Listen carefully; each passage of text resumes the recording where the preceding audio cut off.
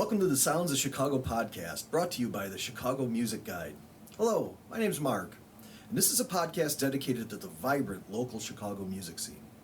Chicago has a very storied history when it comes to music. We hope to talk to and capture the feeling of the thriving local scene. Today, we will be talking to two artists that are a very unique duo that bring a good time party music and darkness to their performances. Two individual solo artists that found they needed to form a league of their own. Eric Stafford Dintz and Eric Peter Schwartz, together known as the League of Erics. Hi guys, how you doing? Hey, thanks for having us. Yeah, thank you. Nice to be here. Yeah, it's good to see you. So, I got to start out with a couple of easy questions, a couple of softballs.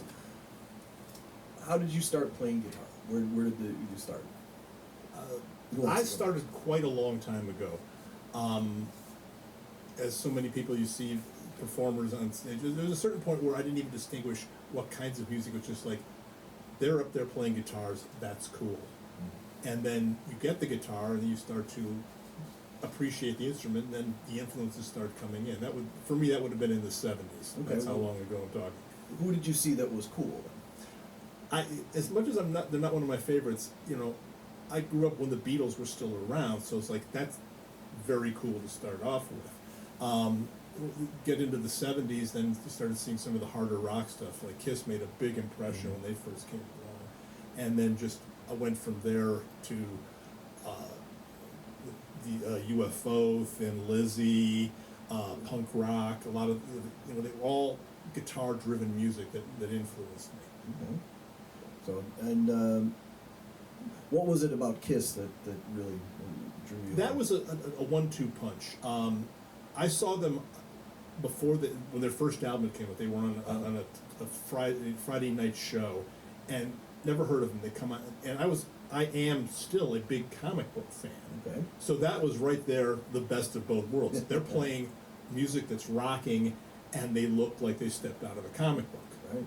So didn't they actually even make a comic? They did. It was much later on, but they probably had that influence initially. But and to be fair, I liked the music too. It wasn't just the image was great, but it's like everything I wanted at that time. And I think I remember, this might be apocryphal, but the comic book that they made, I think that they put their own blood in the That's ink. the story. That was it. Yeah. I think I've got that comic someplace. Oh, cool. It was done on Marvel. Did it, of course. Yeah, they did two special edition comics. Yeah. Is it possible to see Gene Simmons in the MCU then? Well, he does technically exist in the MCU, I would imagine. But they'd have to pay him more than they want to, I'm sure. There's some licensing that I think Marvel's not going to cough up for. Not even the big mouse is going to pay for it. No. I don't think we'll see Kiss Meets the Phantom of the Park on Disney Plus anytime soon. No. I don't think so. So that would make Kiss Disney princesses then, if that was the case. Ace for sure. Yeah. Ace for sure. So, all right, well, let's turn it over to Eric. I started playing guitar in... Bless you. I started playing guitar in 1982. I was taught by a nun who had great legs. And that sounds bad, but she was the first nun I ever saw that wore a knee length. Okay. And she was probably younger, and actually it was a nun I had a crush on, which sort of informed the rest of my life. Was that part of the musical influence too? No, the musical influence all came from, my dad used to, my mom worked evenings, so my father, while he was doing up the dishes or whatever, would put on back when you could put a stack of 45s on the player, he would just put on a stack, the original mixtape, and they would drop, and I would sit in we had a bar in our family room, so I would sit on a bar stool in front of the stereo, listening to music, playing my lightsaber, my plastic lightsaber. So I always wanted to play guitar, and my folks liked really uncool music, but song-driven music. So the stuff I was listening to is their favorite stuff from like the 50s and 60s, and then like the really uncool stuff like John Denver and things like that informed songs and songwriting for me. And then I found Kiss was like the first band I found that was like my own. And then when I had the option to, because I was going to Catholic school, and they offered free guitar classes to then play in front of in church. They would do a folk mass at church with a bunch of the kids playing guitar. So I started learning and was performing in front of audiences within like 3 weeks. They taught me like 4 chords, and I was off playing The music of Reverend Carrie Landry, Wow. who at church. Also a big influence in your life. Yeah, and then I went electric when I saw Back to the Future. Okay. Because I was like that. The Johnny B. Good scene was like, I have got to get an electric guitar. It was your Dylan moment. Yeah, it was. I'm Yeah, going yeah, electric. yeah, exactly. So then, what was your first band experience then? I'll let you field that one. I didn't get into a band until I was in my first couple of years of college. Okay. And it was a good friend of mine said, "Hey, I'm putting this band together. You want to play guitar in it?" And I had been dying to be in a band. I never was in a band in high school at all. I was too shy, and also, to be fair, I wasn't that good either. So I got into this band, and besides being the first band that I ever got to perform with, it's also a band that helped me get into the Rolling Stones, because I wasn't a Rolling Stones fan, but all they were doing was Rolling Stones covers. So I'm learning these songs going, hey, these are pretty neat. You were in the Rolling Stones? That's cool. Yeah. So the first show we did was a gong show / talent show, and we won. And this was like the coolest, we did like 4 songs. And it was the best experience I'd ever had in my life at that point. I'm like, I'm playing music in front of people, and people are liking it. Yes. I mean, granted, it's half-assed Rolling Stone covers, but it's it was feedback. that was the first thing. And surprisingly, I didn't last in that band, but that sowed the seeds, and I went from there. And then what was the next band then? The next band was we were just talking about it on the drive over here. Yeah. I'm going to put in parentheses, new wave band, because this would have been about 1980. Sure. It was really just a cover band, but we were doing new wave songs. And that was a learning experience too. Yeah, it's a pretty big blanket term, new wave at the time. Yeah, back then that was supposedly edgy. It's like alternative was when it first came around. So and it's funny because the person who was in charge of this band, she was only interested she was still thinking in terms of like regular cover bands. So we're doing these things. All of a sudden, we're doing new wave things. She was like, let's learn a Supertramp song. And we're like, okay. That was sort of the Supertramp is the death of new wave. It was for that. I'm sure. Yeah. So what kind of new wave songs were you doing? I remember because it was still fairly recent. We did Life During Wartime. Oh, wow. We did Lust for Life, Iggy Pop. We did Turning Japanese by the Vapors. Yeah. Ultravox. I just bought an album by them, and we did something from the Vienna album called New Europeans. Okay. I don't remember what else. Oh yeah, the Ramones, because I was a big Ramones fan. So we did I Just Want to Have Something to Do, which is from the Road to Ruin album. Also the Rock and Roll High School movie, which was one of my favorites. Right. So we were doing that, and like I said, because some of the people in there were still in the mindset of, we have to play these things. Like we started doing Supertramp, and we did a Heart song, which was like, that was the beginning and the end for the band. Yeah. Right, sure. Wait, I got to know which Supertramp song you guys played. Dreamer. Because we had a keyboard player, and she was really good, so she kept using I have to be able to show people that I can really play. So she... A lot of keyboards in new wave that you could have done. But like I said, this is the ultimate in. We're putting a band together and we have no idea what we're talking about. Yeah. Right. Okay. And then every element experience. sort of comes in, and then it ends up. Right. I think we did some Bowie too, but that was like a good middle ground. Right. You could still throw it as new wave, but it was also established. That is sort of the downside of when you start a band, picking the genre of the band is like even before you perform. Like, hey, when you start building it, you're saying we're going to be this, because it takes you longer to find your voice sometimes. But then again, you want to entice the musicians who want to audition, but it can be a downfall. I was just watching an interview with REM where they were saying... Oh, that latest one? The latest one they just did. And they said, we didn't really find our voice for about 6 months, They were just doing, covers of things, and then they found their voice. So Supertramp covers, probably. Right, all Supertramp. In a way, that's actually true of us as well. When we first started doing stuff that there have been a lot of songs that we sort of started off doing that we don't do anymore. Yeah. It's just like, I know there was one, we used to do one of Eric's, and it's a really good song, but it was a certain point we just realized it doesn't fit us anymore. Just kind of grow out of it a little bit. Yeah. I hate to say it because it's still a good song, it didn't fit what we were doing. Yeah, we've worked to build an identity for the League of Eric. Like it's an attitude, it's a thing, and he'll write a song or I'll write a song, and we'll know even before we bring it to the other person if it's a League of Eric song. Yeah. You know, too much romance, not in the League of Eric song. Okay. You know, so. Well, I mean, okay, so we've got your basis established, and then so we're starting to get towards where you guys are a unit. So in 2017, how did the magic happen? Well, we actually met prior to that. We have a mutual friend, a guy named James Aboud, who used to perform in the area as a Buddha Bard, and he was hosting. They would have. They did an open mic at the Chicago Bagel Authority, and I forget which one. Surprisingly, it was the one on Bellman. Surprisingly, actually a good place to have an open mic. They had a great the food was good, but they had a good space for it. There was a nice stage, so it was a good place to perform. And he was really good friends with James. They were in a couple of bands together, and James and I had gotten to know each other. He was the featured open mic performer, so he would do like a. You know, he would do a bunch of songs, and then they'd bring up a couple of the open mic people and things like that. Yeah. And he invited me to come out and play. So it was the first time I ever met Eric, and I didn't really officially meet him during that, but I fell in love with his guitar case, because his guitar case was completely covered with parking meter stickers from Chicago, from like every gig he'd done. Okay, that's an art thing. And I met him briefly there, and then it was just sort of, and then he came to a show I did at Kiss the Sky out here in Batavia, the record store out in Batavia. I live in neighborhood hills in Norris. I was like, well, I should go do that. Yeah, and it just sort of eventually he and I started playing together because we had done like some round robin shows, and then I was doing a show at a place where there was never an audience, and it was like an early evening, and there was no. And I said, "You want to just come do this show with me, and we'll just take turns playing songs to entertain ourselves, because there's never an audience." Yeah.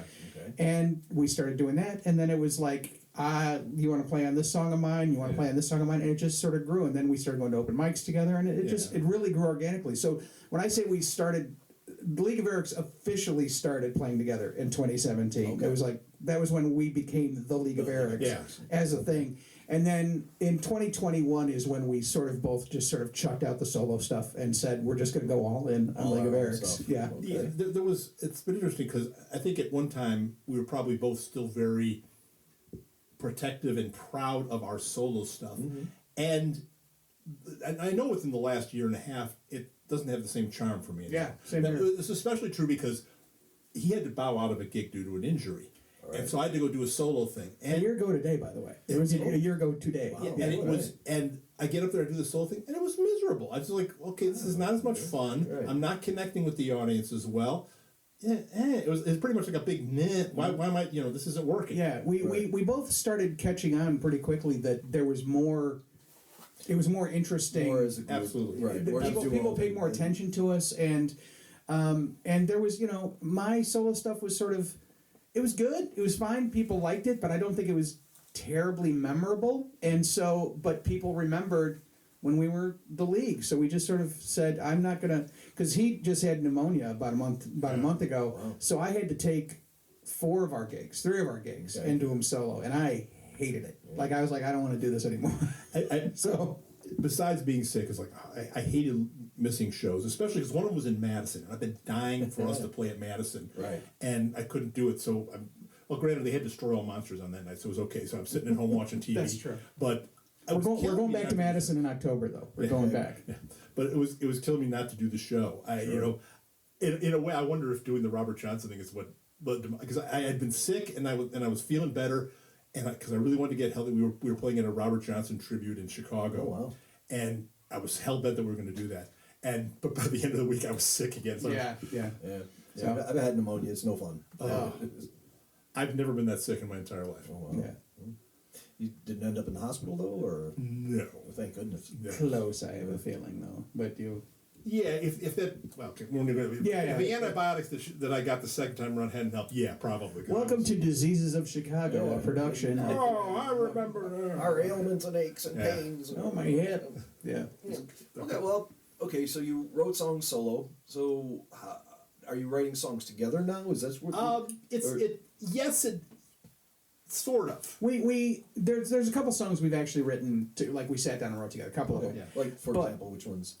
We sat down. Giant Monsters. Giant Monsters. Well, Okay. that one I brought in, and then true. we fixed it together. The one we sat down and wrote together is called On a Friday Night. Like we actually sat in a room and wrote that song out at the Nose same to time. Nose, wrote out the lyrics, wrote But out it's more. I mean, it is more like I always equate it to oddly the way the Indigo Girls work, which is they Okay. write separately Right. and then they bring it together and they work on the arrangements together. Or Lennon McCartney did the Right. same thing or whatever. Lots of people do that, but that's how we work. The more things are sneaking, like a recent song that we're doing. It's called "Destroy All Monsters" that I wrote. Eric had some particular ideas that have changed the song to where it is. So I mean, he's definitely co-wrote the song. Granted, I had the initial things, but I think we get a little bit of that. Yeah, and I brought in the song Kroger Bab. Oh, James was in on that. And James Abood was in on that, but you also there was parts of that where I couldn't get. I knew what I wanted, and he helped me find it. So it's and then we play them almost as soon as we can because very these songs fresh, right. work them out on the road. Like that's what we Yeah. do is because even songs that we've recorded on our EPs or whatever have changed already. Like since then, like they're still they're already not the same. Even something like Giant Monsters that we spent time recorded, put out. It's altered a little bit since you find, just by being on the road. Right, or you find, okay, well, this would work a little better, or Yeah. you actually, make a mistake, and, but this is better than what I Right, was doing. exactly, Oh, yeah, okay, yeah. this is cool, Yeah. Yeah, I don't have that luxury. I end up going to as many open mic nights as I can Yeah. with new songs, and just That's the hash best. them That's the out. best way to work. I mean, you've got your own personal as a writer, Right. And then what's nice about working as a duo is that he can say, "Oh, that I don't know. Let's try that up the tempo of this part." Right. The song Giant Monsters. I tried desperately to write a bridge for it. Yeah. For ages. Well, In fact, I have video footage of the bridge. We were debating. Okay, how's the bridge going to go? How's the bridge? Did we? And I- At some point we just said we don't need to do a bridge. Yeah, I think we both hated it. I was so convinced because the song's about Godzilla and all these things because we have a shared love of obviously Yeah, of kaiju Guilty. movies. Yeah. And I thought, let's have a bridge about destroying a bridge. I was like, this is really clever. There you go. And I tried. And I'm sure he was the one who was like, this is really not working. So we cut it at the no bridge. The other thing was how the arrangement that is pretty much what we have today was almost an afterthought because we were like first it was going to be kind of punky or it's going to be this way, and then we just started doing this folkier version of Yeah, it. it's kind of we kind of played it as a it lounge works, thing, as a joke. I wrote it to be like a surf, like a psycho surf Okay. song, and then one time we sat down and just played it, and just as a joke started playing it all loungy, and that's the one that stuck. We both went, that's all right, that's pretty good. So that's, I mean, as far as collaborating, it's a constant collaboration, Yeah. but the seeds of the songs generally come from us by ourselves. So in Destroy All Monsters, you wrote while you were with pneumonia, or while you were watching the movie? Actually, I'd written it a little bit before. Okay.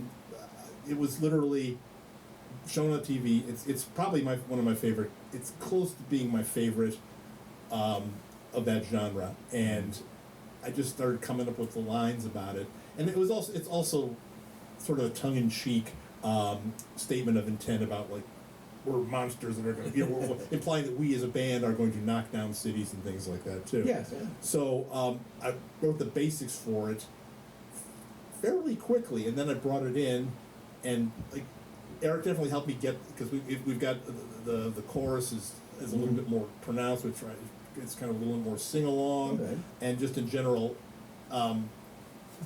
it's now a better fit thanks to Eric's influence. We both have a tendency to tell the other when we bring in a song, he'll say to me or I'll say to him, and we wind up simplifying the things that we both bring in because we both, want to.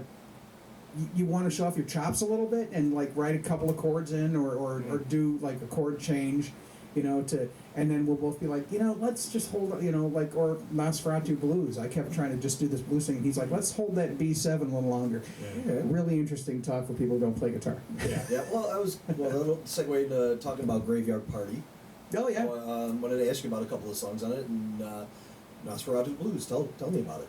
Where did it come from? It's my favorite vampire movie. It's my favorite Dracula film, and it's a little over 100 years old. Silent Max Schreck plays, and And it's such a simple song. It's definitely kind of a, Right. one of the things he brought to that was we slowed it down and he started playing kind of a swampy kind of feel to Yeah, it. it has a little bit of a Creedence feel. Yeah, absolutely. It's simple. It's definitely the Creeds, but it's basically just it's an E7 chord. Right. Yeah. And when my tremolo pedal is working, it's really good. If I remember correctly, you wanted me to do the vocals. I did. That was when I said I think I want you to write this because when we started the league and suddenly we had this identity that I was writing toward. It gave me a focus. So I was like, let's focus on monsters and dark stories and things like that. And I immediately went to Nosferatu, and it was and actually we mentioned Nosferatu in 2 songs live now. Like I mean he gets a mention. Yeah, name checked. Yeah, exactly. And it came out of that. It came out of it was a simple story to tell because it's a simple story. Yeah. And it kind of clicked, and he liked it, but he thought I should sing it, Right. and that's just how Somehow it we got the stuck. point. It's like he had a better take, and what's really good is that as the songs evolved, it's become a good vocal showcase for him. It's one of the highlights of the set in terms of that. Right. You know, and I'm really happy about that part of it. And also, also as a sidebar, as the song is winding down, Eric will throw some other lyrical things just over the he was doing Sundown by Gordon Lightfoot, which fit surprisingly well Yeah. into that, And then creepy occasionally enough other in ones that, just for yeah. grins. Yeah, I started doing Sundown because Sundown thematically fits, Yeah, a vampire story. And then every once in a while, I'll just to surprise him or to make him chuckle, I'll throw in like yummy, yummy, yummy, or what did I throw in? You did the old man down the road. I've done the old man down the road. Actually, that caused a drunk at Montrose Saloon to start yelling.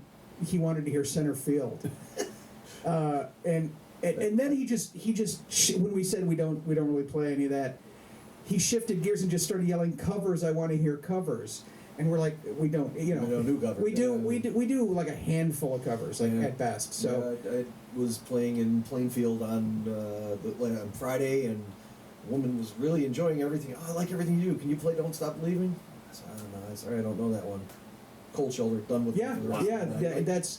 that's one of the. There are 20 songs I just played that you liked, and I'm doing covers. You know? Yeah. I did a solo show one time, and if you guys check out the music, I don't sound like Aaron Neville, Okay. but at some point after this guy had been listening to me for about 45 minutes, he goes, "Do you know any Neville brothers?" And I'm like, "Have you been listening to me?"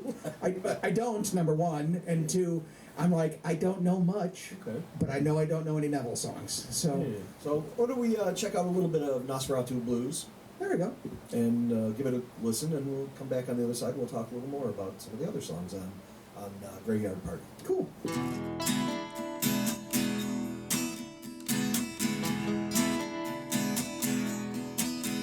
Did you offer your throat?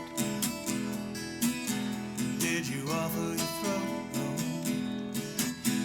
Did you offer your throat up to the vampire?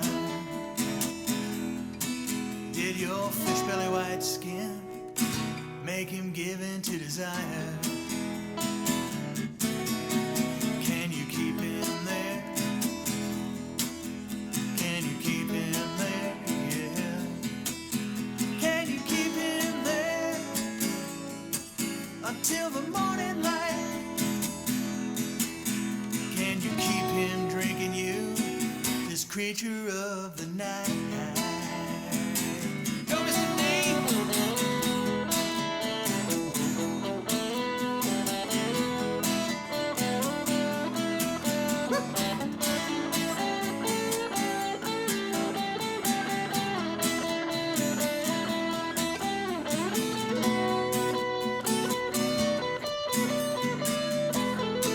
Give me one more.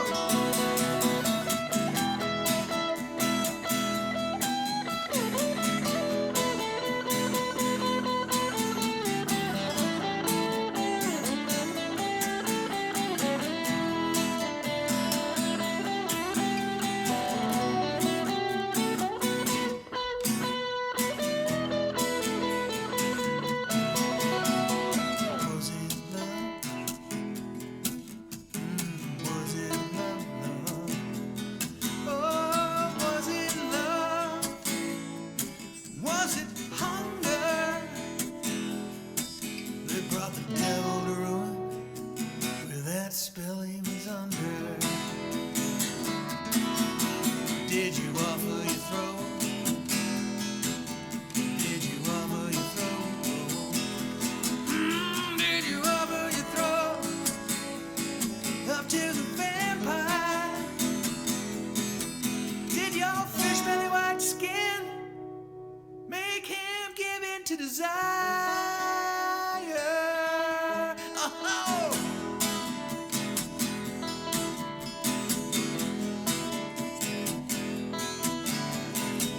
Sundown, you better take care if I find you creeping down my backstairs. Sundown, you better take care if I find you creeping down my backstairs.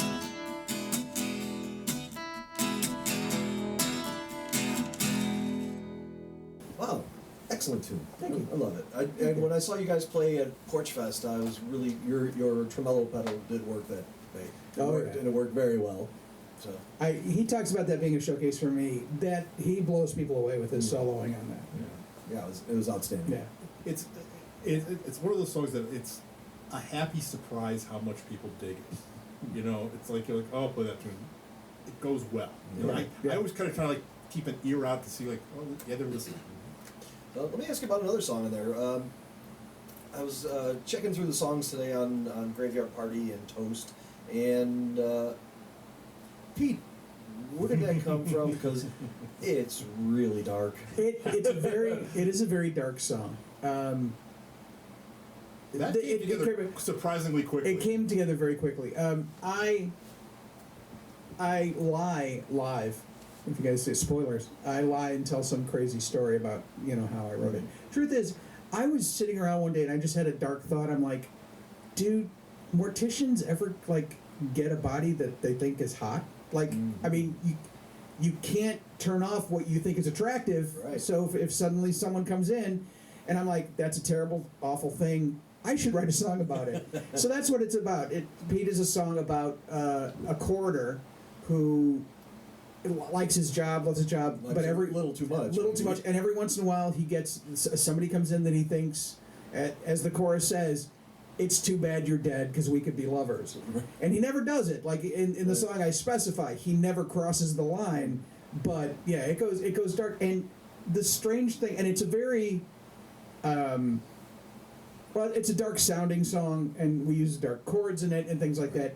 But it's surprisingly upbeat. And when we recorded it, Dins sent his 12-string for the solo, sent his 12-string through an effects pedal, and just got the greatest sort of psychedelic sound on it. And I am always amazed how many women, especially, this is the weirdest part, how many women come up and say, I really like that song about the coroner. We were playing in Rockford on Friday.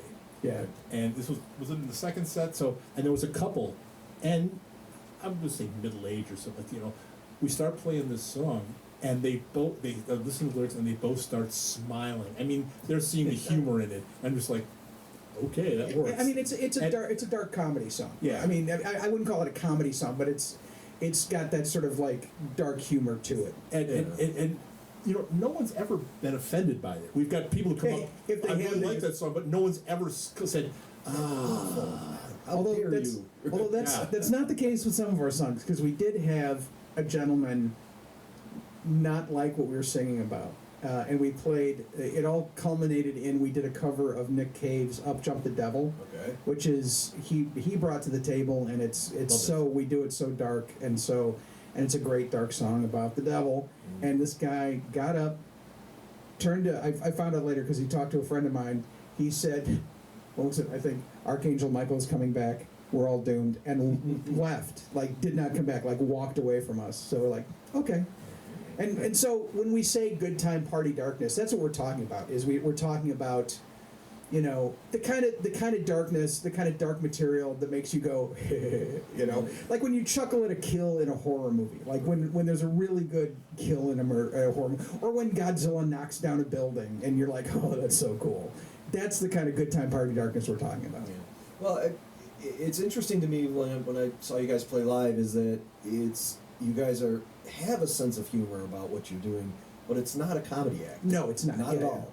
We get tenacious deal. Sometimes I think we worry about that people are going to like the Tenacious D thing.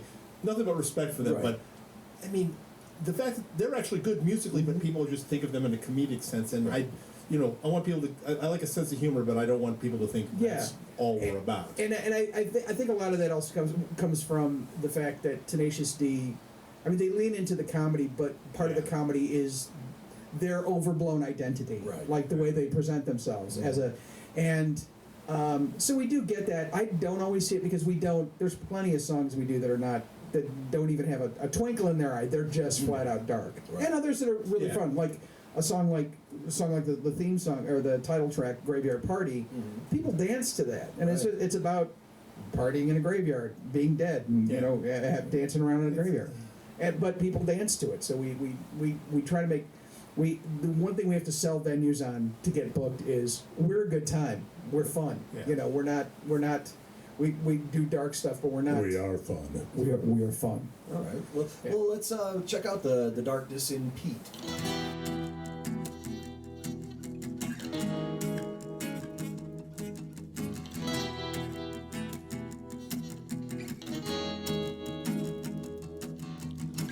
Corner Pete liked to handle the meat the cops brought him.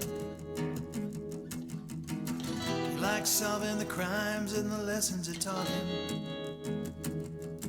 But every once in a while there was a sheet-covered body that Corner Pete could only describe as a hottie. And he'd think, it's too bad that you're dead, 'cause we could be lovers. It's too bad that you're dead, 'cause we could be lovers. Oh, it's too bad that you're dead, 'cause we could be lovers. Oh, it's too bad that you're dead, 'cause we could be lovers. Like so many others.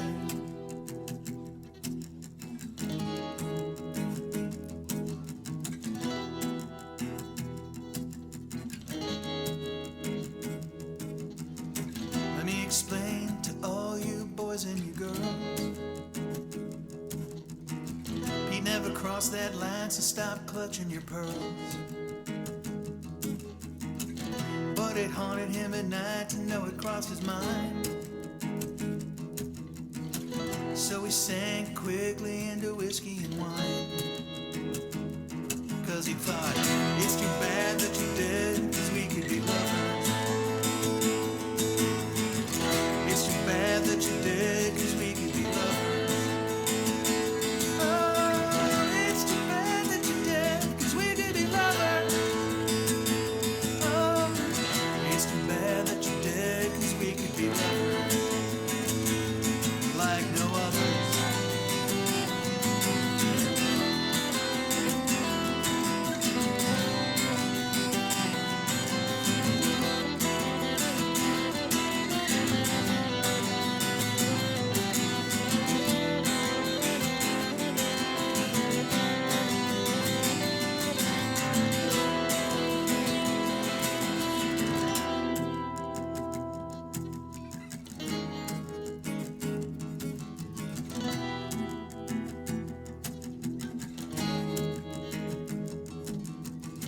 Before too long, he was no longer Corner Pete. He was just another drunk out walking the streets. When he had enough money, he'd get him a whore. And he'd pay her enough to act like a corpse. And he'd say, please pretend to be dead so we can be lovers. Pretend to be dead so we can be lovers. Oh, please pretend to be dead so we can be lovers. Oh, please pretend to be dead so we can be lovers. Like no others.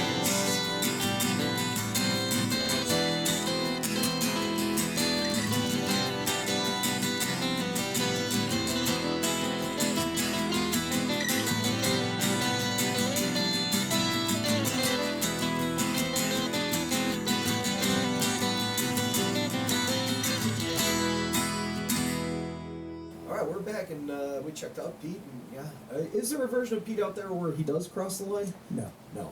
No. Absolutely strict. No, it's strict because it actually makes the end of the song even to me darker because he's like he leans into it. He doesn't cross the line, but then he'll pay. His anguish is what. His anguish is Then, exactly. then you fade to black. Okay, gotcha. So let's we'll talk about another song on there, Giant Monsters. Oh yeah. Okay. Is that about Trogdor? It's not about Trogdor. I do have Trogdor the Burninator on my arm. It's about any giant monster. I wrote it because one of the first things he and I clicked with as friends was our love of kaiju films. He's a much bigger fan than I am. I'm still a novice. I'm especially a fan of the Toho stuff. Right. It was years before I realized that Gamera was not part of the Toho thing. But, Yeah, you know. same here. But also excellent. Yes, and so I sat down and said I'm going to write a song about that. So, again, it's gone through permutations, and he's altered some of the lyrics because he sings it, and it's my wife calls it an earworm. People who come to see it say they can't get out of their head for a few days, and it's kind of one of our signature songs. He and I, we're like, well, we don't always have to play it, but we kind of always have to play it. It's like we were playing a set last Sunday, and I said, we don't have to do that. He goes, yeah, we do. Yeah. And he was right. Yeah, because I'm like, because it it's a nice. It actually is a nice. There's a nice counterbalance between it and Destroy All Monsters now because it's like. There's a bit of a theme and an arc in that, but yeah, Giant Monsters just became this. It's an earworm, and it's been played on the radio. It's been played. Excellent. It's our. Good for you guys. Yeah. It really is also a perfect example of the collaborative process because, like I said, the bulk of the song came from Eric, and he's, saying, and I don't know if he just said you should be singing it. So I'm like, okay. And there's a lead line. I wrote this for you. There's a lead line in it that he assumed I would play. And I said, why don't you do it? You wrote the line, and it's now a good showcase for his guitar lead, playing. for his lead on the thing. And we even got I think the one thing we have done, it's not quite a bridge, but there's a little extended part where he gets to play a little bit more, very tastefully, of course, before it goes back into the last verse. So it's a good collaborative effort on that front. Yeah. And he improvised. He forgot a lyric one time we were playing it live, and he improvised what is the best line in the entire song. Okay. Which is Giant Monsters baking that radioactive cake. Yeah. He forgot what the actual line was and sang that on stage. I said, keep it. That's it. Put that one in. Because it makes people, even if they're only half listening, go, Did he just say radioactive cake? No one's asked me about that, but yeah. We both came into this strong. I was solo. I always felt I was a better vocalist than guitarist. I was fine with chords and rhythm, and he came into this more like doing vocals if he had to. Right. He felt more lead player. more of a lead, Yeah. and. He has been nothing but supportive and allowed me to become a much better guitarist, and he has opened up as a vocalist. Singing. Yeah. And so, yeah, if you see us live, there is no like we trade off leads. We trade off lead vocals. It's a true musical collaboration too. One of the best things that's happened. It's a song we did early on that I'd written that it's called Serial Killer Chic, and because he plays slide, we just decided there'd be a slide solo. Yeah, there sure is. And as that song has evolved, the slide solo is now like a big part of it. Right. There was we were playing a gig last Saturday, and a friend of his was there. Was it Gonzo's? It was telling us was that one? Oh no, yeah, it was at Gonzo's. So he's playing the slide thing, and the guy comes in and says, you guys have like a fretless guitar going that's really cool sound. I'm like, what? Oh, Yeah, no, it it was was slide. It was the owner of the place. He was in the back in the kitchen, and he heard me playing the slide. And I throw a ton of effects on the slide. Yeah, it's like very this sonic. It's like this nightmare slide because the song itself is he wrote based on the Dead Zone. Right. A little slightly on the Dead Zone. Yeah. But it's about a serial killer who thinks he's cool, basically. And so I do like these weird. I actually now play with 2 slides. One on this pinky, doing like weird stuff up here with a lot of delay, and then that goes off, and I play regular slide here. And he came out from the kitchen because he didn't know what he was like. He's like, was that because he's a bass player? This the owner of this place is a bass player. And he goes, was that a fretless guitar? And I'm like, no, it's just weird. And that's My just, technique. yeah. It's just, was Porch Fest not this year, but the year before we played it, and somebody taped that and put it on, and I was listening to it.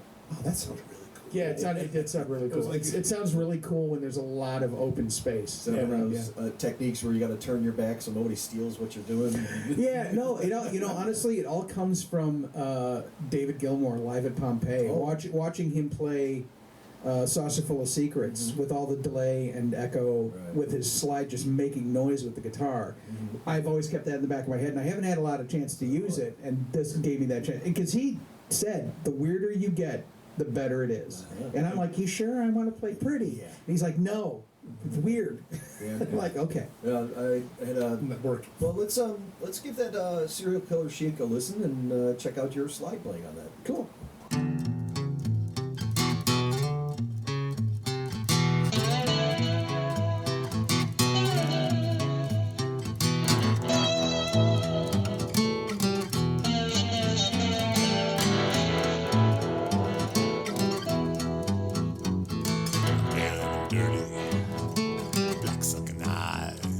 I wear black leather, skeleton thighs. I sleep all day, door closed tight. I don't go out, broad daylight.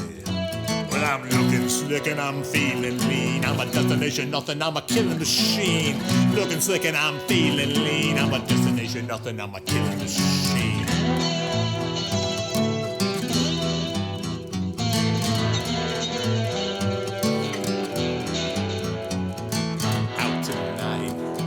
It's what I need to make a friend. That's when you bleed. I'm not too old. I'm not past my prime. I'm in no hurry, 'cause I've got time. And I'm looking slick and I'm feeling lean. I'm a destination nothing, I'm a killing machine. Looking slick and I'm feeling lean. I'm a destination nothing, I'm a killing machine.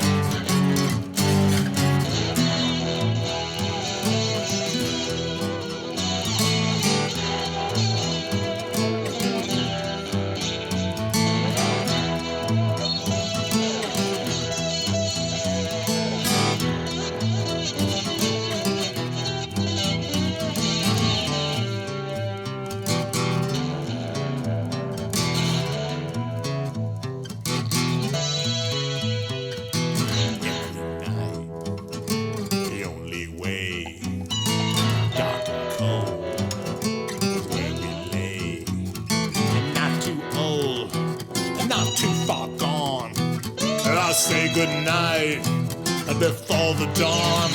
And I'm looking slick and I'm feeling lean. I'm a destination nothing, I'm a killing machine. Looking slick and I'm feeling lean. I'm a destination nothing, I'm a killing machine.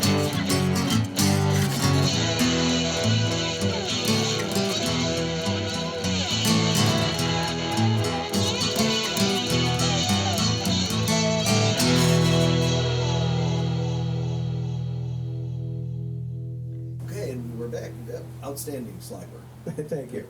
And I like how you said I have one of my songs called Catapult Launch, and Great name. I wanted another element to it, so I asked one of my friends to play. Just play a solo, use as much whammy bar as possible. Yeah. I said just craziness, like Adrian Blue on steroids. And he sent me 3 takes, and take 1 was the best. So that's awesome. Yeah, excellent. Yeah, and sometimes noise is the best thing for it. You know, I mean, I can try to, like he was saying about Giant Monsters, it's a very tasteful solo. It's always the same. It's the way I play it. But sometimes noise, it makes the moment. It lifts it up somehow. And you can improvise it. It's always different. So okay, you mentioned Toho. I got to ask you, -1, thumbs up? Oh, I think it should have been up for Best Picture. Yeah. I am offended that it was not, because I thought I've told people like I don't like Godzilla. I'm like, you could take Godzilla out of this movie. It's an outstanding. It's an outstanding. that may have jumped to the top of my favorite Godzilla movies. Yeah, absolutely. I've seen it twice. I'd see it again in a heartbeat. Watch it 3 times already. The only I was the only so glad drawback you to that movie is that the Kong and Godzilla movie came out immediately after it, which was fine. It's a different animal altogether. No pun intended. Literally. Yeah, but yeah, Godzilla -1 is just a flat out great movie. Yeah. Where You said you haven't seen the black and white one? Oh, the black and white version of Yeah. -1. I have not seen. No, the black neither and have white. I. Wow. Yeah. Okay. I saw that first. Oh wow, And, yeah. and there are subtleties in that you can catch from the color version, like there's sparks and Yeah. things like that. But the black one and white one, I was like, I'm just right back watching Godzilla with a bowl of popcorn. And, Yeah. you know, You know, a couple of years ago, we went to the Paramount in Aurora, played Gojira, the original Japanese Yeah. cut, and we went and Without saw that. Raymond Burr. Without- yes. yeah. You know, Without that was- Raymond Burr, That yeah. was actually the first time I'd ever seen Gojira. yeah, well, it's very. And awesome. and I was like, because I grew up seeing the one Raymond Burr, thinking Right. that was Yeah. the version. I'm like, Raymond Burr is Steve Martin. yes. You're right. I actually, my first Godzilla movie in the theater was Godzilla 1985, where they brought him back, where they brought back Raymond Burr. Yeah, so, yeah. Well, we do love it. Well, let's check out a clip of Giant Monsters and while we're at it. 1, 2, 3, 4.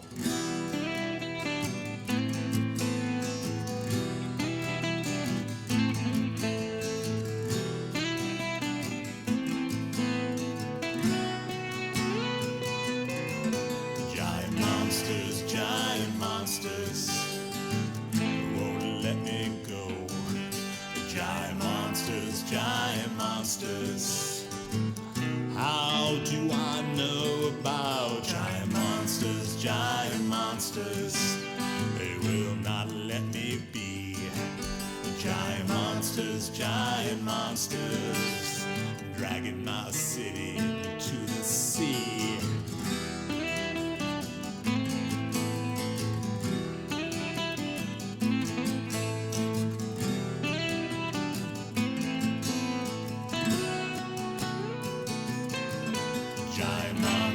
Giant monsters, they are mistakes of man. Giant monsters, rampaging across the land. Giant monsters, destruction in their wake.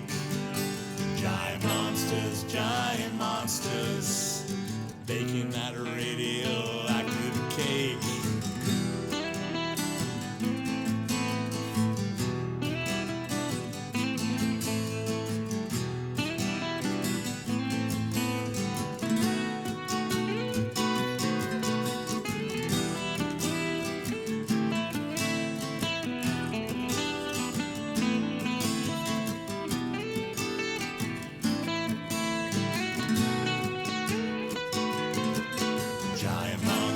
Giant monsters, just watch them go.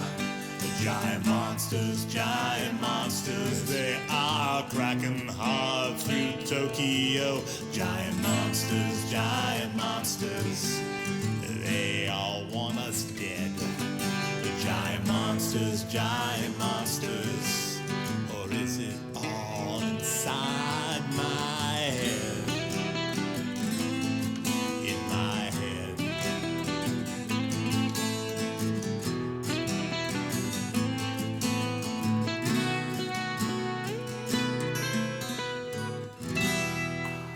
I feel like I want to go and get me some sushi now and some Japanese food. Yeah, oh yes. All right, so now your latest release is Toast. Yeah. And I was listening through your stuff this morning as I was getting ready to come out to the studio, and it's dark, but it's more human and not so much fantasy dark. Yeah. You know? So are these from personal stories, or is this also coming from literature? Where do these come from? This actually, it's weird, but we don't approach these like concept albums or anything, but we try to thematically select songs that all hang together. Okay. We made Graveyard Party to come out on like Halloween week. Okay. We made Graveyard Party to be a Halloween album, and up until Graveyard Party, we'd been mostly acoustic with a little bit of effects. Yeah. By the time we got to Toast, I think Toast better represents what we do live, because we wanted. It all came from him. He said, "Let's do a song where all of our songs are in the key of E." Yeah. Oh. Originally, I wanted to call it erratic. Yeah. Again, the sense of humor. Yeah. And this is also a good thing. It just shows the collaborative effort. We got to a certain point, and Eric says, "I don't think it's working." I'm like, "You're absolutely right. We can't. That doesn't As a work title, just as a title. anymore." Right. All the songs are still in E. So Yeah. if you're And a couple of the songs that I originally wanted to do, we just took out and put other ones in. yeah, yeah, and so I think We're still we just wound up selecting the darker songs and leaning into a little more production, like Day Drinking in particular. Like there's percussion on it, which we hadn't done, and there's like multiple gang shouting on it and things like that. And I then did like 3 guitar overdubs on my part. and Wages of Sin had been very different when we went into the studio. He had stripped it back, which made me have to go and write a whole new like guitar line for it, which came out so much better now because it's just this. At that same show last week, somebody said, "Yeah, your music would really fit like a mid '90s horror indie film," and then we both said, "From Dusk Till Dawn," and he's like, "Yeah." And so, and that's Wages of Sin to me. That's the Lonely Road sort of dark blues. Actually, one of my questions I had here was, would you guys consider scoring a Tim Burton movie? Maybe not Tim Burton. Maybe not Tim We Burton. have No. strong opinions about Tim Burton nowadays. Like Well, how about, let's say, Tim Burton, 1990s 25. Tim Burton? Yeah, absolutely. Like something like Mars Attacks, sure. Oh, yeah. oh yeah, Mars Attacks. Mars Attacks, Ed Wood, sure. Anything like that. Planet of the Apes and Beyond, no, thank you. But that's just us. yeah. No offense if you like Tim Burton stuff. Robert Rodriguez. Robert Rodriguez, Yeah. Quentin Tarantino for sure. Okay. and any of those indie. I'd love to score a Nick Cage movie. A Nicolas Cage movie, You know- like Red Rocks West, You know what was a good or example something like of that. A good combination was Scorsese's. Nick Cage was playing an ambulance driver who couldn't sleep. Bring Out Your Dead. Yeah, Yeah. That movie has got one of the best soundtracks, and it's like I was just going nuts because it's set Yeah. in New York in the '70s. right. Yeah, so something all like the that. music are playing, and I'm like, oh. Yeah, absolutely. That would be great. I'd love to Yeah. score something like that, or just have them use our songs. Yeah. Our sync licensing is no. So, all right, so you bring a lot of, when I saw you play live, elements of, like you said, slide and tremolo and all that. I mean, how do you guys prepare for a show? How do you set up a set list, let's say? We've got. That's a great question. It's a hard question now because, like, as we mentioned, there's certain songs that we kind of feel like we have to play. Yeah. So when we juggle things around, it's kind of Just a within- matter where they fall. Yeah. First, we look at the venue. All right. Are we playing with? How long is the set? Yeah. If it's a 3-hour set, we have to play everything. Yeah. Right. And actually, at a 3-hour set like the other night, we actually have to like do a couple of solo numbers at the top of one of the sets. Okay. Because for time's Gotta sake. stretch them out. To stretch them out. So we're about 4 songs away from having 3 solid hours. All right. Yeah. And there are songs we used to do we could bring back, but we haven't rehearsed them for a while. And we rehearse a lot. We practice a lot. He's a rehearsal nut. Like he Yeah. likes to warm up. He likes to practice. Typical and- guitarist. Yeah, no, he's like, and honestly, It's not even just about the guitar. To me, it's about I know so many bands that half-ass it. Yeah, they come up cold and. Yeah, they come up cold and they're like, oh yeah, well, no. I'll be warmed up by the third Yeah. song. Don't worry about it. And for me, it feels because we're tight enough that we can, if we want to, we can go boom, boom, boom, and I like a band that can do that when they Yeah. need to. Mm-hmm. yeah. So a set always comes down to: are we playing with other bands? Are these other bands going to bring in people who've never seen us before? And if that's the case, we gotta Play the play hits. the hot 30, hot 45. Like Porch Fest is a perfect example. It's not a time to try out new material. Right. It's not unless we really think it's going to work. Okay. Then yeah, but so it just comes down to how long do we have to play, Right. and then if we're doing like an hour or 2 hours, that's when we can start having a little more fun and playing the deeper cuts, as Mr. Yeah. Vince calls them, the deep cuts. And the other thing about practice is, we're not young, like so. like I forget The songs. secret is out. We are not and young. we're not young kids. I don't know if you guys are. Yeah. I was going to say seasoned musicians. You know. Which helps because it doesn't take a ton of practice to get back on. But even like we usually take November and December off because we both have day jobs that kind of require that. Okay. When we come back in January, we have to relearn a couple of things that we Yeah. play all the time. And Every once in a while, there was one time we had a stretch, maybe it was a few weeks, and I'm like, wait, how's this going again? yeah, And it's very rare, but I'm like, and how do I that's not remember this song that I wrote? right. It can be the song you wrote, or it definitely happens when you didn't write the song. When it's like a chord progression he came up with, and like we've got this song called "Get Out of My Tomb," which is a whole story in itself. But he'll start playing. I'll be like, oh yeah, right. And like if you're watching me on stage, you'll actually see my face go, oh right, yeah, this. Even though we practiced it an hour before the show, Right. So well, there was the story of, like, hearing about the Stones getting ready for a tour, Sure. and them getting together after half a year or whatever, and they throwing on a CD and listening and yeah. start playing along to the CD, and this Sure. is the Rolling Stones doing it. We've got a Dropbox folder that has all of our demos and all of our songs in it, and if we need to revisit anything, we can. I heard about that with the Kinks when the Pretenders made "Stop Your Sobbing" a hit. Okay. The Kinks had to go back and And relearn the song. Yeah. How did we do this? And we, for a long time, we sat on stools at most of our gigs and Yeah. had music stands. Right. And I hate having music stands. And there's plenty of people who do it, or they have and it happens. For me, it's a personal point of pride to try to remember things, and practice helps that. Right. I got hired to do like a solo birthday party thing here next month, and I'm gonna have the music in front of me. But there's something about being able to just jump up, plug in, and go. Right. That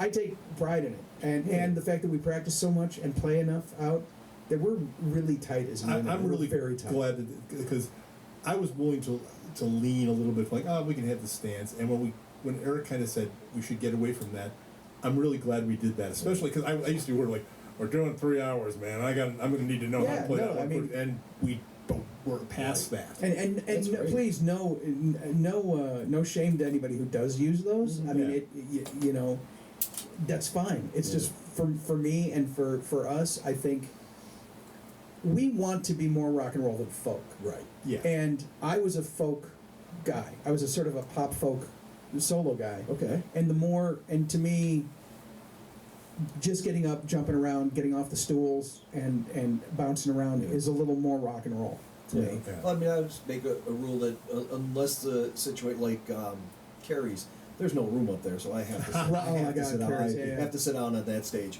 But It's such a great venue, you can by the actually- way. I love that place. I love Carrie's, but I don't know how you could even sit down up there. If you're just solo, I but put my chair all the way in the corner, and sure. actually I do set up my mic stand kind of like this, I did too. so I it's had kind of to off do to that. the side. And Yeah. I need to get a new works. mic stand for that place because like my mic stand will only work as I try to do it on the side. Yeah, our mic stands are all duct taped, and it's like we do it like we walk in, we've got all our stuff. It's all stickered up. Everything looks beat up, and Being road dogs, showing Absolutely. road wear. Absolutely. But I was gonna say so now I stand up all the time because also Yeah. it's better for the diaphragm and for singing. You burn more calories too. If I'm doing an original show, absolutely no. Yeah. It's got to be all coming from here Yeah. and from my heart, But I'm doing 3 hours at a group of, and I've got 700 songs Sure, on my yeah. iPad. If somebody requests an odd one, they go, "Okay, during the break, let me go over it again, and I'll play that's- it next set." That was one of the other things. Is one of the things is if you have a music stand like that, people are more inclined to come up and request. Right. And we don't do request unless you're requesting our stuff. We just don't do it. It's just not who we are. And happily, it doesn't really happen. Except for the one like the Monsters. Every once in a while, Yeah. somebody will come up and say something, but it's not real often. Interestingly enough, at Carrie's, the last time we were there, we did have people come to the stage, but it wasn't to request. Like one guy wanted to hear a song that we played in the first set, Okay. which was like a tremendous ego Which boost was for us, very like, cool, yes. yeah. And then there was the weirdest one was also at Carrie's. This woman comes up and she starts like sort of talking. We couldn't hear her, in the middle of a song, not Yeah. like in a break. Like we're playing and she's standing there, down there. Because Carrie says, if you guys haven't been there, it's a very high stage. You have to climb up on a radiator to get onto it. And she's standing down there, just sort of talking. Yeah, and I'm like, Yeah, I look over at him, and he looks at me. And then she came back after the show. It turned out she just wanted to talk about his cool guitar. She's like, "What is that guitar you've got?" I'm like, "It's a Godin. I never heard of Godin." I'm like, "Well, let's talk about guitars." Now you have. Yes. I'm a big Godin fan. I listen. You got 12 string Godin. Oh, Yeah. that's awesome. So, okay, so we're talking about some of the places you played. You love Carrie's. What's your spot for Indian food on Devon?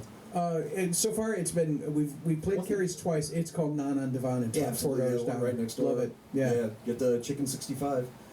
Oh, is that good? I haven't had that. I've Oh, had the tandoori chicken. I've had the chicken korma there. I had the chicken biryani. It's the best chicken biryani. Yeah, and they're non. I mean, lives up to their name. Yeah. And it's much better. There's a family place across the street called Usamia. Yeah. Stick with Non on Devon. Oh, okay, great. Thank you for You know, the the. one thing I've thought about, we're going to get into Indian food. Last time we played there, I walked down the street, I was walking a friend of mine back to her car, and there were places that, it was 11 o'clock and they were still open. I'm like, Oh, yeah. well, I could go get Indian food at 11 o'clock Yeah. at night.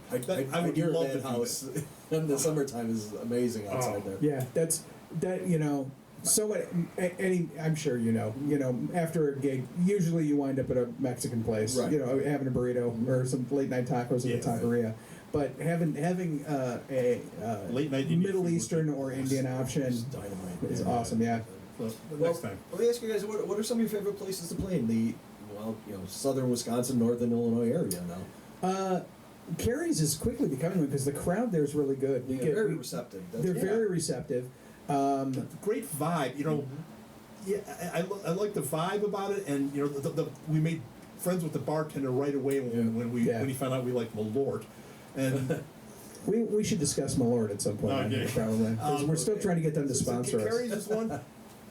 We got a lot of affection for Phyllis's. Phyllis's, we've been playing. They always welcome us there. Yeah, we've been calling it League Night, so they give us the evening, and then we bring in a couple other artists to play with us, and it's generally once a month. Sometimes we go a couple month gap, but which is so funny because Clem, who owns it, who's also a musician, he has rarely actually stayed to watch us, but he loves us. Okay. Phyllis's, it's one of those places where when I first started doing solo music about 12 years ago, I was told, play Phyllis's and then get out. But I love it. I never feel more like a musician than when I'm like at Phyllis's because they don't have a crowd. Mm-hmm. Like, so people just wander in from other places. That's good. And if you can hook them, and then they hang out, and they're already half in the bag, so which is good, which is great.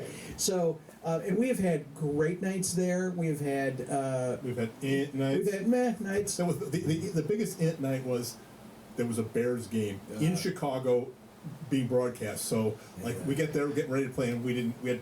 I think we went on at 10:30 waiting for the game to finish. Mm-hmm. Or those times when there's a basketball game going on and or people are hockey or watching anything, and they're watching that instead of us. Yeah, Like I know the set, they'll just go, whoa! No, not us. Then of course the best part of playing Phyllis's is going next door to Smoke Daddy and getting barbecue before the show. So. Yeah, you got to associate every room with some kind of meal and post-gig meal. And then I think one of the best venues anybody can play in the city is Gallery Cabaret, hands down. It's just such a cool room to play. Yeah. Another place that has great history. Okay. I mean, he and I both played there years before.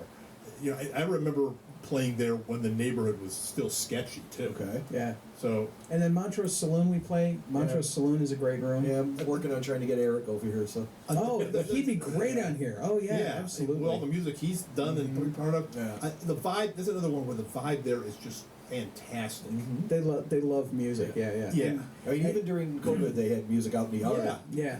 Early on, I did a solo show there, and then we did, just before they opened, we did one of our an outdoor thing. And it was one of those things where I'm thinking, it's going to be a nice spring day. It was cold as hell. It was We're both freezing. wearing our coats. There's pictures of it where we were under the tent. There was a heater in the tent, and we had our coats on. Yeah. And then We play at O's Tap, which is a newer venue for live music. Not newer, but it hasn't been around a ton for a real long time. But I do want to plug this place we just played last Sunday. What's that? Which is called Reed's Local. Okay, where's that? It's over on Belmont. It's a few blocks, like 3 or 4 blocks away from Kuma's Corner. Oh yeah. Okay. So it's on that end of Belmont, and they are such a cool little place. The couple that own it, he's a former touring musician. Okay. And they've just got. We played with a couple of really cool, like one band who was touring called Afterbirth Cartoons, who were touring from Phoenix, and we just through emails I managed to link up with them.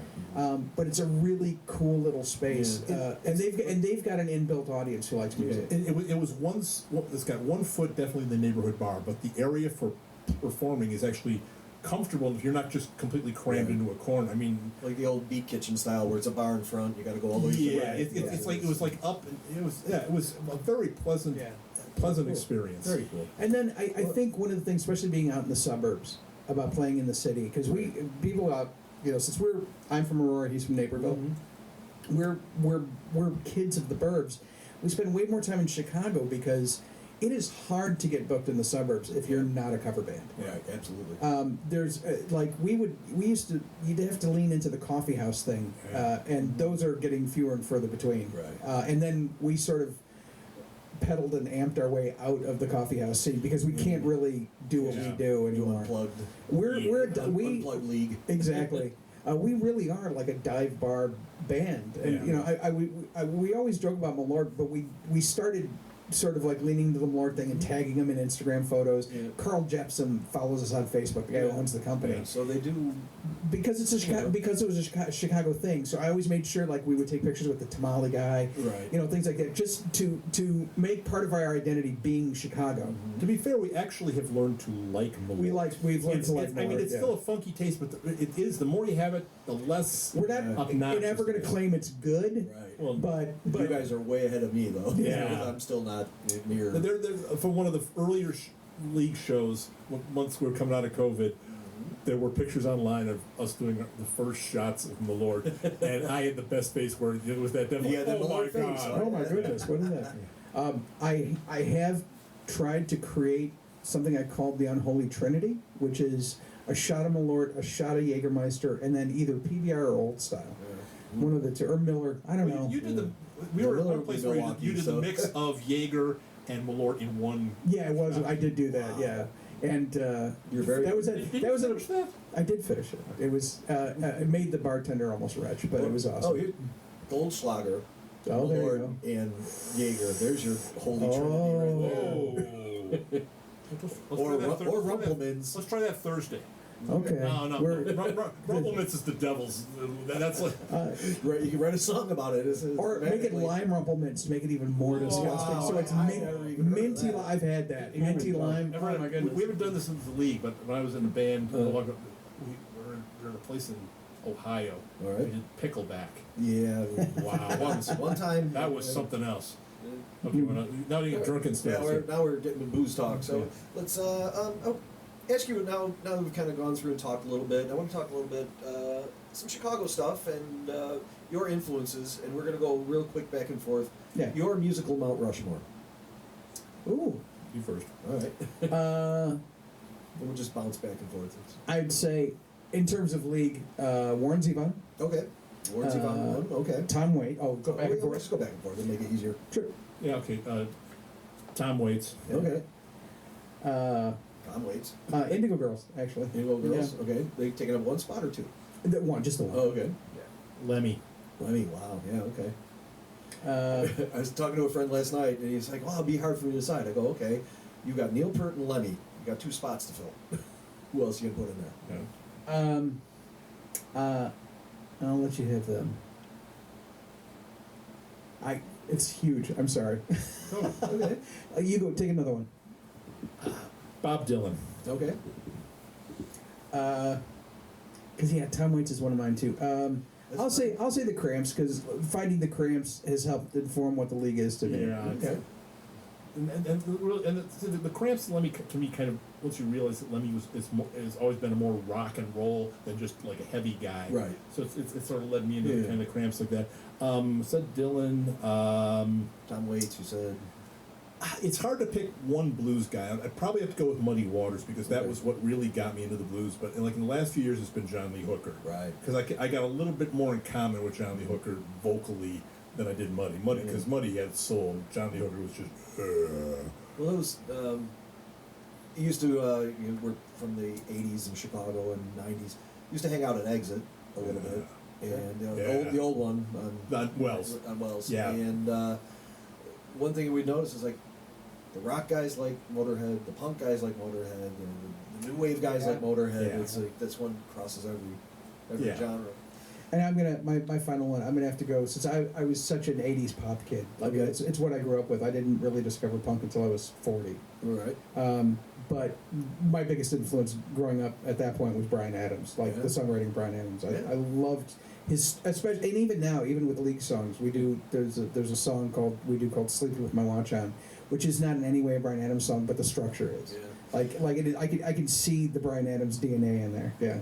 There's actually one of my favorite songs by him, and believe it or not, he sings it with Sporty Spice. I know that song. That's Yeah. Great. What a great Yeah, melody. When You're and Gone. I love that what song. Great hooks in that It's a song. great song. Yeah. All right, so we're gonna go to some Chicago questions. Go-to place for pizza. Oh. I'm gonna say Giordano's. Okay. We have to be careful because we play at some pizza places. In Chicago. In Chicago. Because the Gonzo's is in sandwiches great. Yeah, we but play it's there, not in Chicago. But it's Yeah. not in Chicago. What's the place you used to? Armando's. Yeah, Ramondo's out in North Aurora. Yeah, Oh, that was- great pizza. What's the place? It was Kitty Corner from Julius Meinl. I can't think of it. I want to say it was a little family place. Gaetano? Something like that. You know what's another good? It's got the whale in it. I can't remember the name of the place now. I'm a Southside guy, so Honestly, I don't eat pizza in the city a lot. Yeah. Definitely, I could tell you the Mexican places we stop. Well, have at it. There, I can't even think of the name of the place, but we used to play a place on. That was a favorite. What was the name of the street in town? It's on Irving Park. Irving Park. We used to play a place called Pub OK, which is no longer there. It was a Polish bar, and you had to wait until 2:30 to get paid because you got a cut of the entire evening. Was how it worked. So we would finish up at midnight and have. So we would walk down to the street to this. Go for dinner and 24-hour Mexican place. I can't think of the name of it. It's on Irving Park, but they served enormous portions, like to the point where you're like, are they serving us like for illegal family meat? size? Yeah. It's one of those things like it's that late at night. You're really hungry, so you think I'm going to want to have all this food, right? And then That's you're a bad idea. well, it's great leftovers the next day. Sure. And I am sad that the Hollywood Grill no longer is 24 hours. They only do once COVID broke that, because that was a great place to just wander into and have a Tom Waits evening at 2 o'clock in the morning. Yeah. You know, Nighthawks kind of. Nighthawks at the diner, absolutely. All right, Sears Tower or John Hancock for view of the city? Cheers. I'd Sears, yeah. I'm not calling it Willis. Neither will White Sox or Cubs? I. Cubs. I grew up. It was my grandmother's big thing. I'm not really a sports guy, but I'm going to go with the Cubs because that's like a family tradition. One of the saddest things I think is my father did not live to see the Cubs win the World Series, and he even said that when he was like, I may never see them win the World Series, and unfortunately he didn't. So I played a solo show at. It was called Julia. It's still called Julius Mile. I think it's on Southport. I forget. Yeah. But it's right there, and it was the opening weekend of the World Series or the playoffs. Do you remember the one early league show that we played at the Sandlot? We played the Sandlot. Yeah. Oh, yeah, And there was a Clark Cub Street, game. And we had to wait for them to open up the street to be able to park and go into the bar. Yeah. Yeah, I don't know if they're doing music anymore. Yeah, No. it didn't work out that well. And They certainly didn't keep it because of us. Yeah. and I like to end the interview with a kind of a little bit of a fun thing. Yeah. Would you rather question? Sure. Pick a number from 1 to 10. 6. 9. Would you rather have only breakfast foods or dinner foods for the rest of your life? Breakfast food. Why is that? I don't know. I just first of all, breakfast for dinner is awesome, which means that I could do sausage, pancakes, French toast, especially. I'm a French toast guy as opposed to the other two options. Mm-hmm. But yeah, breakfast food. I think, especially if you expand that out to like Mexican breakfast Sure. or like Los Rancheros. yeah, or an Irish breakfast or something like Yeah. that. You got a lot of options. I'm not a real. I don't have a lot of rules about food, about my like when to eat something, because I'll tell somebody I'm having something, because cold pizza is always the best breakfast. Absolutely. So yeah. Oh, for me, breakfast food.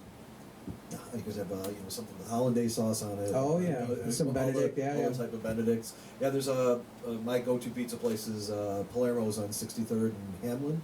Oh, okay. I know that name. Yeah. And you got another one on 95th Street, 95th and Cicero, but they have a sweet sauce, so it's perfect for breakfast pizza. Oh, that's awesome. Yeah.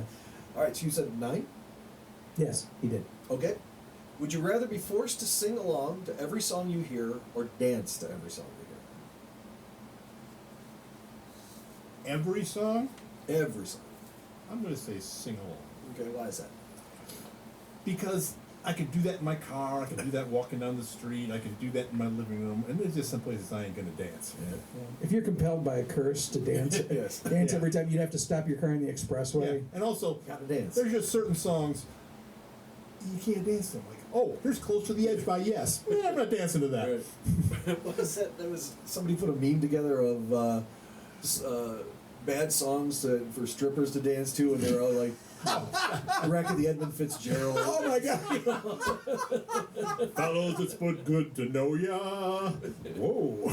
I would pay good money to see that. To see a stripper strip to the record. First of all, the song is long. 50 minutes Yeah. long. By the way, that is one of the few covers I can play at any given moment. You could hand me a guitar now, and I can do that song word for It's word. in my iPad, and I've Yeah. had it requested twice. I love it. I did it on the day he passed, because I had. Oh, yeah, me ended too, up so having did I, a yeah. gig that day, so I was like, I got. Sorry guys, I gotta play this. I was lucky enough to see him once. Oh, I got really? to see him. Outstanding. My dad called me sometime in the mid '90s. He had a date that fell through, and he's like, "Hey, you want to go see Gordon Lightfoot tonight at the Holiday Star?" I'm like, "Yeah." And that guy took requests. That guy Really? at intermission, you could just go and drop a piece of paper on the stage. I mean, generally his songs were what they were requesting at that point. Right. But Well, my favorite Gordon Lightfoot album is the Sundown album. Yeah. Everything on there is just fantastic.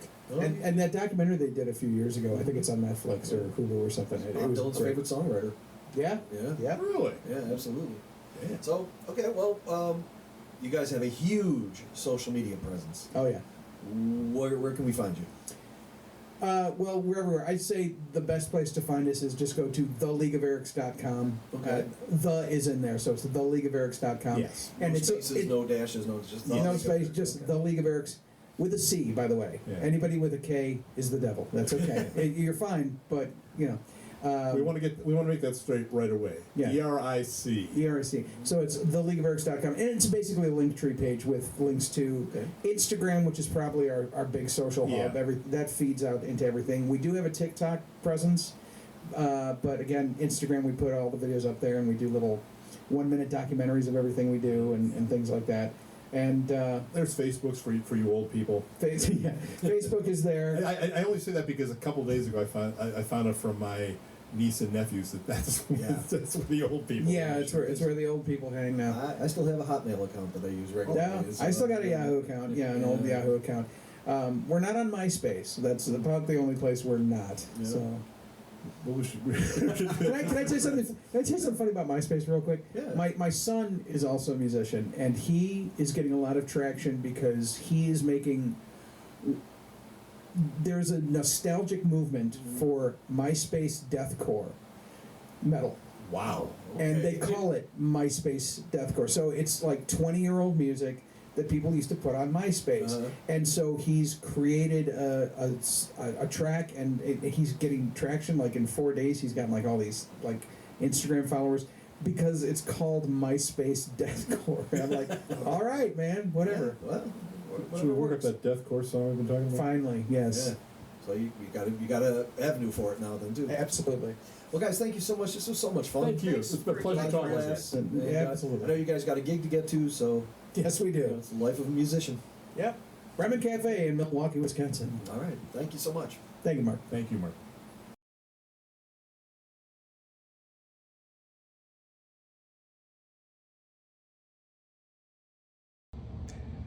Hi, this is Mark from the Chicago Music Guide, Sounds of Chicago podcast.